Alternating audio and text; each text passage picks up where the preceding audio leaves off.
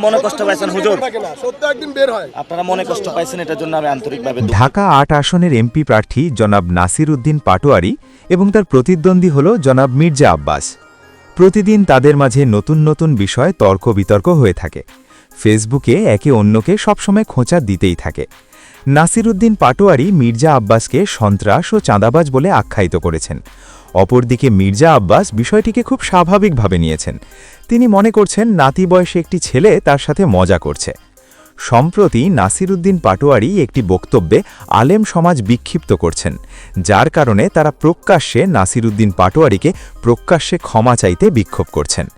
সবচেয়ে মজার ব্যাপার হলো সে বিক্ষোভে নাসির উদ্দিন পাটোয়ারি উপস্থিত ছিলেন এবং নিজেদেরই সবকিছু শুনলেন।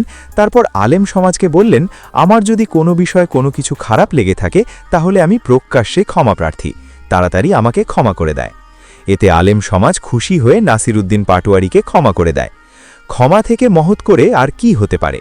প্রিয় দর্শক, বিষয়টি আপনি কেমন লেগেছে অবশ্যই কমেন্ট করে জানাবেন।